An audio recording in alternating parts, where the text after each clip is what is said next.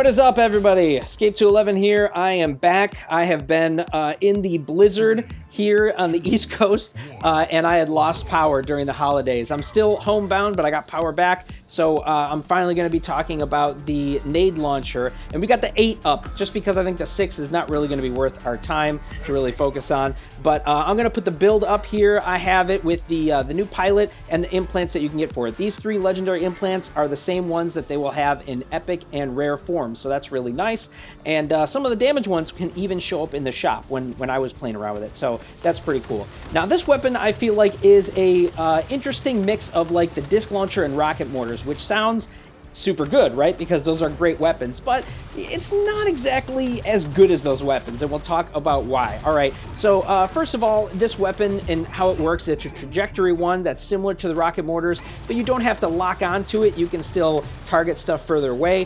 When you do target someone, it tries its best to angle the distance directly to it. It doesn't do a bad job, but it's a moving target, so it's going to be hard to hit them. You want to focus on weapon or enemies that are closer and tanks, and that's very similar to rocket mortars as well. You know, you want to pick targets that are closer to you, just to ensure that you're going to hit them. You know, it's harder to do that with this weapon, and again, we'll talk a little bit about why. But this one can also, it doesn't need a lock-on. Let's see if we can get this shadow here. Just like this. I don't have a lock-on on this, and I can angle down, there we go, nice, to try and hit it where it's standing. And we got this tank here, so he's not a bad one to shoot at. We can get him, especially when he's not moving too much. But you'll see that even a roof doesn't exactly impede this weapon because you can angle it up and down, which is very nice. Obviously, if you have to shoot something further away, that's going to be trickier and probably not doable. But, you know, basically this can even work indoors, which is really good. But the problem with this weapon, the biggest issue in my mind, is the damage radius. It's not as good as either the rocket mortars or the disc launcher, so that means ensuring you will hit your targets is going to be a lot harder. You know, just these shots like seem like they should be way easier to land, and I feel like they're not. But it's definitely a harder weapon to hit with. I mean, I do think if you get good and you lead your shots with it, you can do pretty well with it.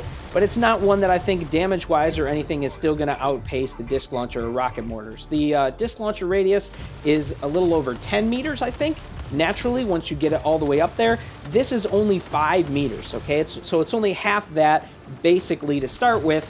And to put it in perspective, 5 meters is about similar. I think it's a little bit less even than where the missile racks and the voltaic RPG sit when all is said and done at the top end. So you can tell already that the radius on this is not going to be nearly as good. It does have a radius implant and up to a legendary one, so you can get a little higher, but not anything that's going to get into the amazing disc launcher range. So it's still going to make landing shots really hard.